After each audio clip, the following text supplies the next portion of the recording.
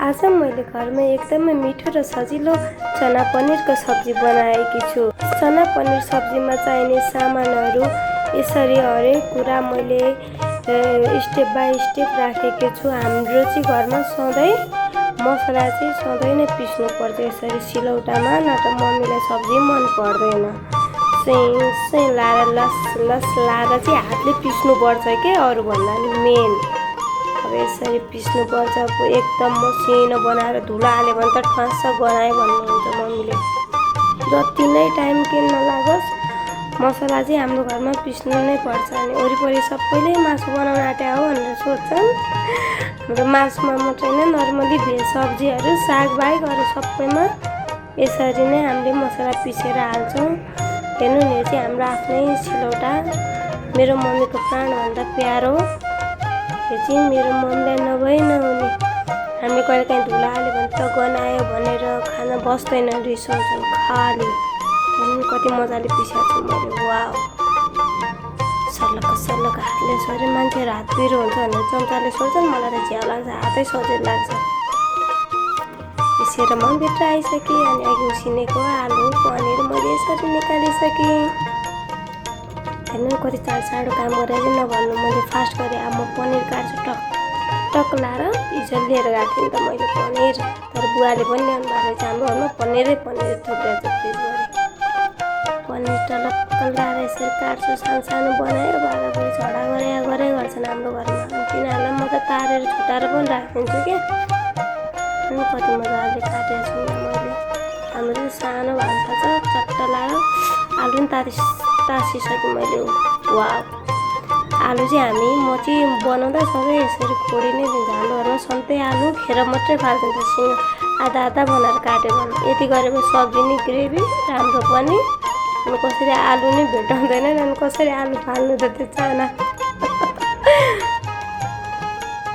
हेर नि त कस्तो जाँगर लाउँछु म त, बेला आउँछु पुण्य लाग्छ कि मलाई नि खाना पकाउन घरमा।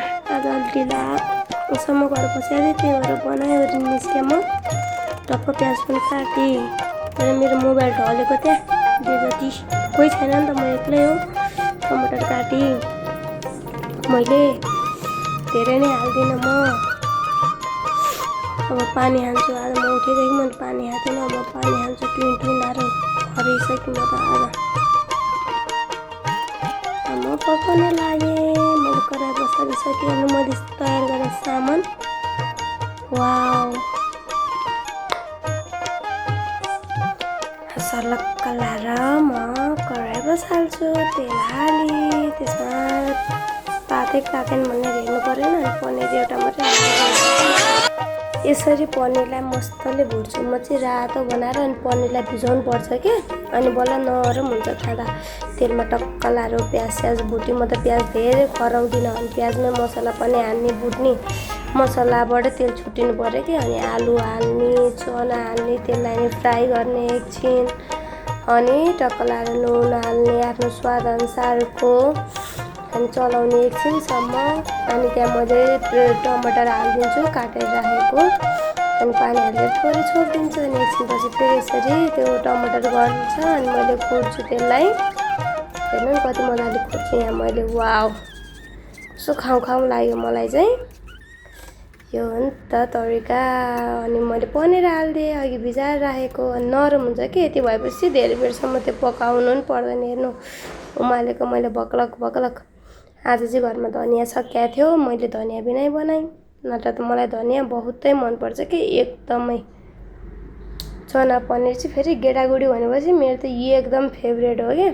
त्यसमाथि अनि पनिर हालिदिएपछि के चाहियो र। नानी बाबु पनि मखै मेरो त। तिनीहरूलाई फ्राई थोरै निकालेर राखिदिएको छु।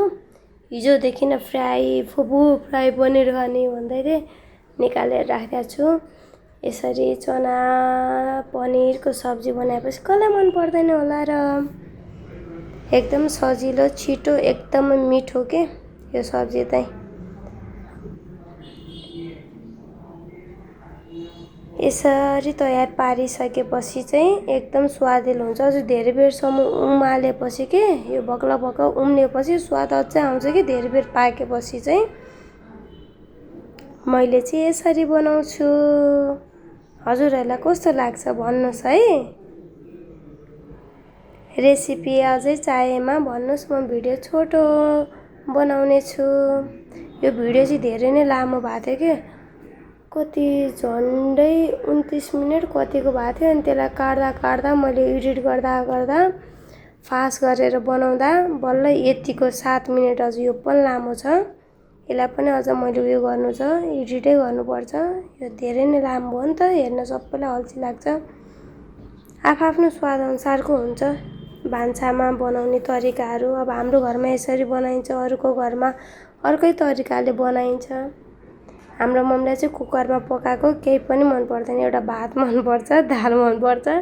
यो सब्जीहरू चाहिँ गेडागुडी जेसुकै किन नहोस् के, हाम्रो चाहिँ सधैँ बरु चनाहरू गेडागुडी आइटम उसिन्ने, आलु उसिन्ने अनि कराईमा नै पकाउने। हाम्रो त क्वाटी पनि यसरी नै हो, उसिन्ने अनि बल्ल बनाउने।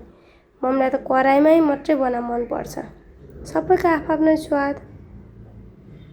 हेर्नु कति मजा आएको छ मेरो सब्जी। अब सबैजनाले मलाई माया गरिदिनु होला मेरो भिडियो हेरेर। मन भए खाना नि आउनु होला मेरो घरमा। हस्त धन्यवाद। यो चाहिँ अस्मिको भान्सा।